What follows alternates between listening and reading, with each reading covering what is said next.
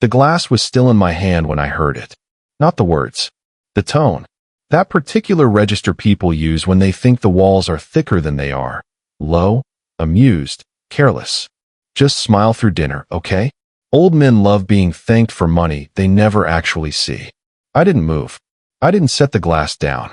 I just stood in the hallway outside my son's kitchen, listening to my daughter-in-law laugh. A bright, easy laugh, the kind you'd never suspect of anything. And I thought about the folder sitting in my car, the one I'd told no one about. Someone was about to find out that old men remember more than they let on. My name is Walter Grady. I'm 71 years old, and for 43 of those years I ran a sheet metal fabrication shop out of a cinder block building in Toledo, Ohio, that I built with a $12,000 loan and a handshake. By the time I sold Grady Fabrication 3 years ago, it employed 86 people and cleared $4.1 million a year. The sale netted me $9.6 million after taxes. I have one son, Marcus, 38 years old, a named partner at a commercial real estate firm downtown, married to a woman named Lauren for 6 years. On paper, Marcus didn't need a dime from me. His firm alone pulled him close to $700,000 a year. But 3 years ago, when I retired, I set up something I thought was simple.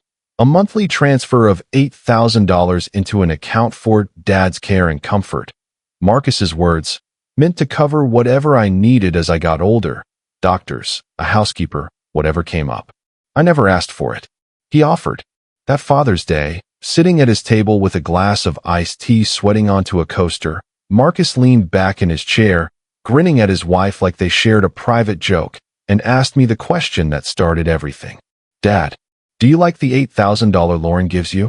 I remember blinking. The $8,000 you give me, you mean? He didn't correct himself. He just smiled wider, like I'd missed something obvious, and changed the subject to golf. I didn't say anything else that night. But I went home and I didn't sleep. It started with a receipt. 2 weeks after that dinner, I was helping myself to coffee in Marcus's kitchen. I still had a key, still let myself in on Sundays to see my granddaughter. And I saw a manila folder sitting open on the counter, weighted down by a coffee mug that read World's Okayest Boss. I wasn't snooping. I was moving it so I wouldn't spill. That's when I saw the bank statement underneath. An account I didn't recognize. Grady Family Trust, disbursement account. And a line item, repeating month after month. $8,000, transferred out on the 3rd of every month, to an account labeled L. Grady, personal. Not to me. To Lauren. I stood there in that kitchen in my cardigan, holding a mug of decaf, and I did the math slowly, the way you check a number twice when you don't want it to be true. 36 months since I signed the trust paperwork. $8,000 a month. That was $288,000. I heard footsteps and slid the folder back exactly where it had been, mug and all. When Lauren walked in wearing a robe that cost more than my first truck, sipping a green smoothie, she smiled at me sweetly. Morning, Walter. Sleep okay? Like a baby, I said. I hadn't slept in 2 days. I didn't confront anyone. Not yet. Instead, I called Denise Okafor, the woman who'd handled my company's books for 11 years before I sold the business, and I asked her, off the record, to walk me through what a family trust disbursement account even was.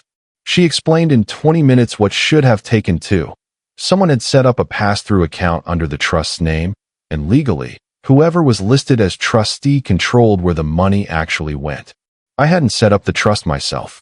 Marcus had handled all the paperwork for me, back when I was still grieving my wife and didn't want to think about spreadsheets. I trusted him. I signed where he told me to sign. I asked Denise one question. Who's listed as trustee? She found it in 4 minutes. Lauren Grady.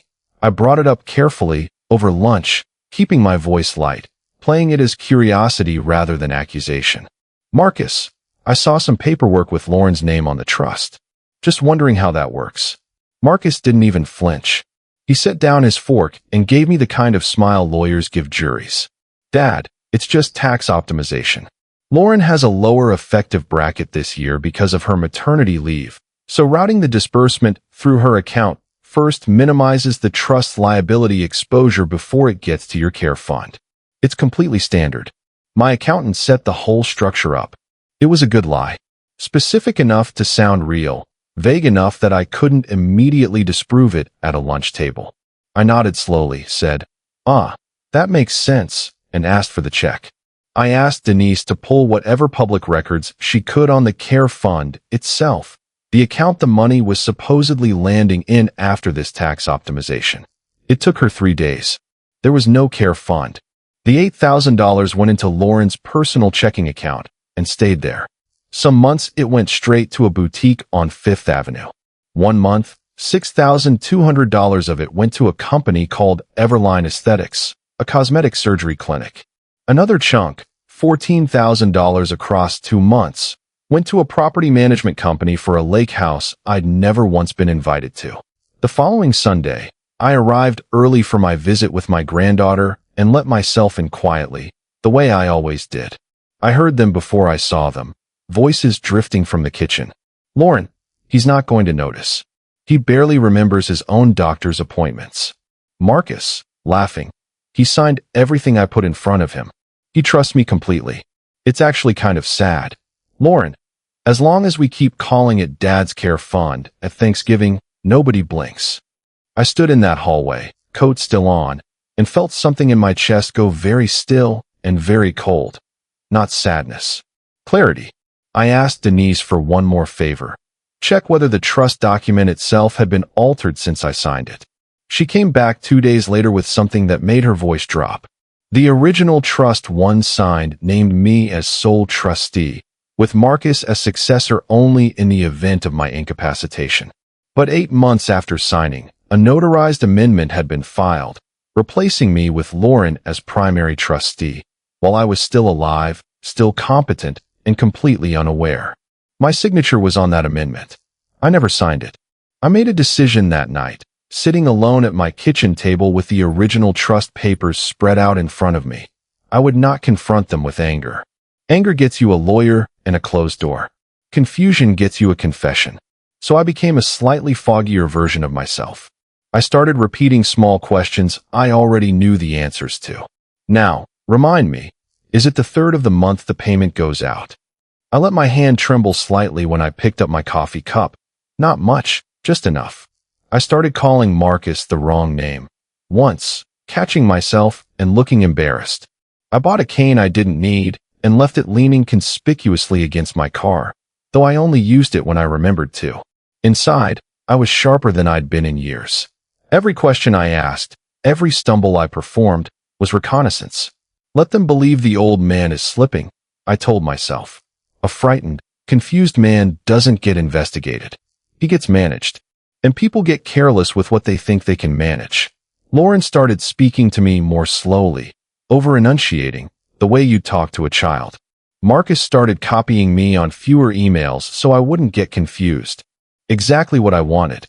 The less they thought I understood, the more they showed me. I set the bait in April.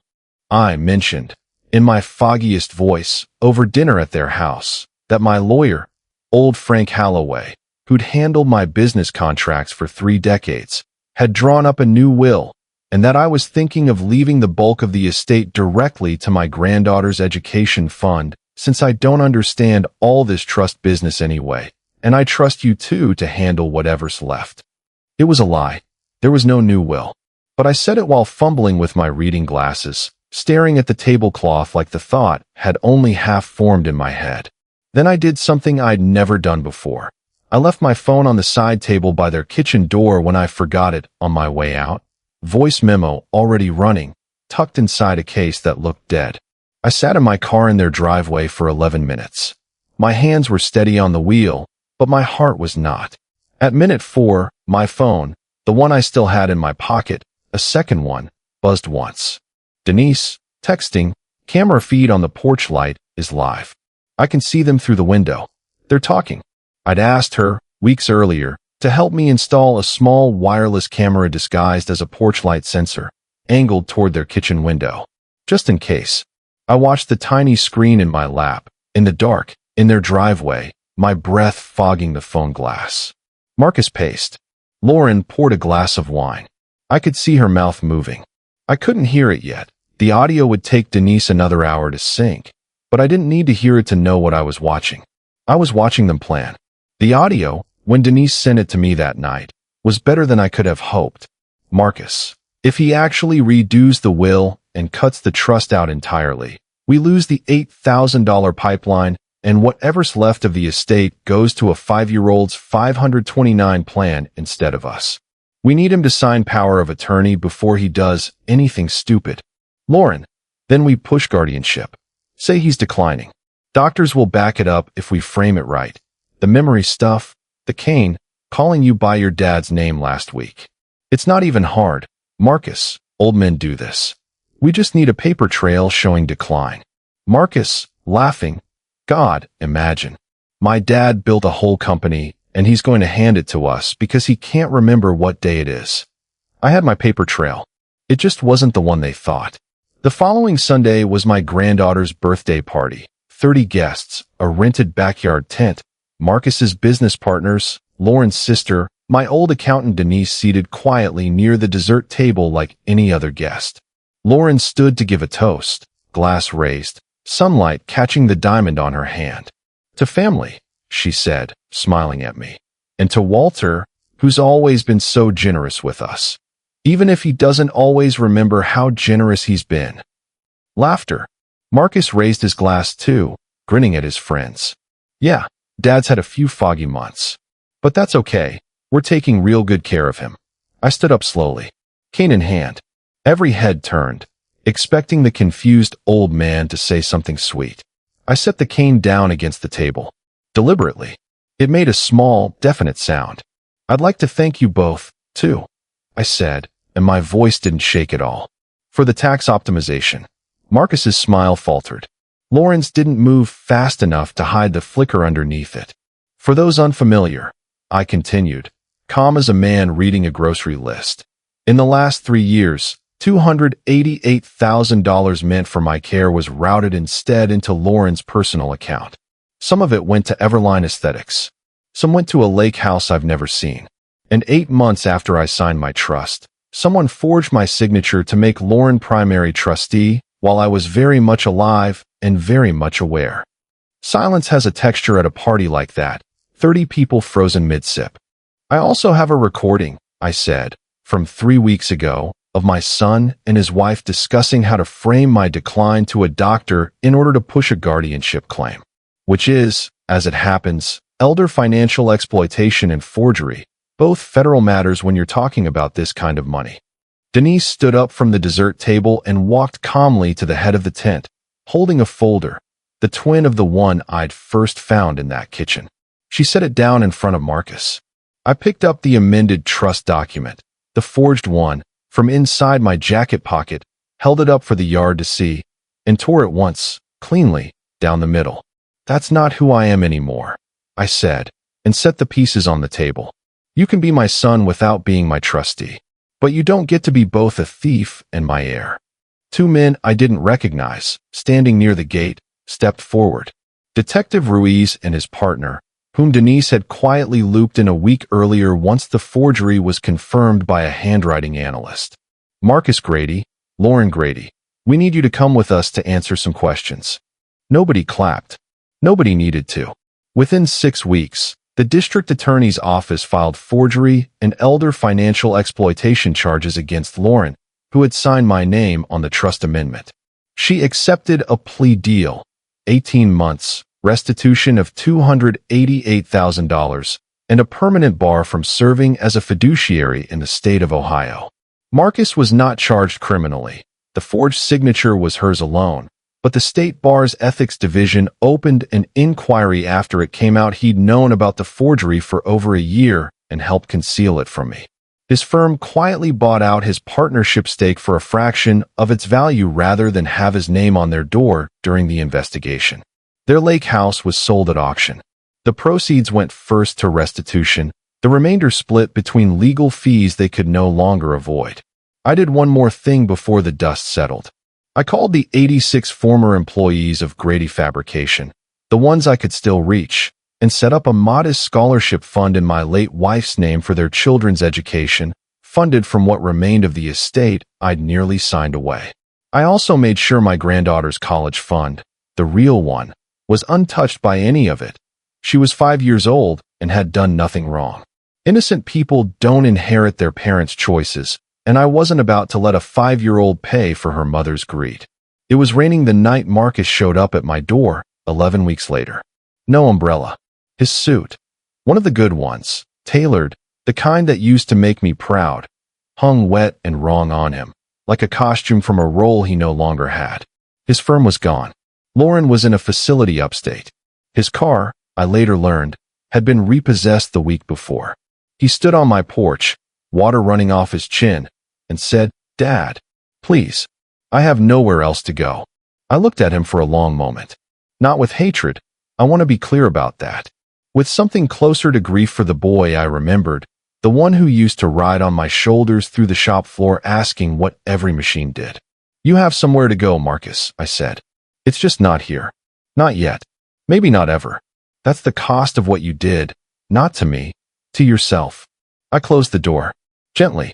Not slammed. There was nothing left to slam.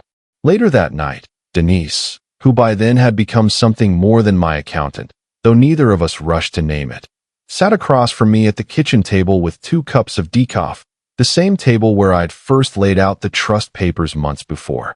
"You okay?" she asked. "I will be," I said. And for the first time in a year, I believed it. Money doesn't reveal people's character. It just removes the excuse to hide it. If someone in your life is generous with your trust and careless with your dignity, that's not a misunderstanding. That's a preview. Have you ever had to protect yourself from someone who was supposed to protect you? Tell me your story in the comments. I read everyone. And if this story hit home, hit that like button, subscribe for more, and I'll see you in the next one.